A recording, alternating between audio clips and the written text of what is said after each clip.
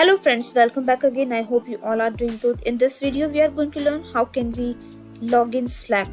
So let's get started. Once you open the Slack, you will get this page. Go to the login option on the top right corner.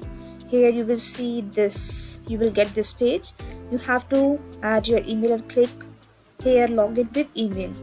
Also you can create an account for free here. Also you can sign in with Slack, sign in with Microsoft and sign in with Google. So I am choosing this one, and you have to choose an account if you are going with Google, and you have to add your first name here.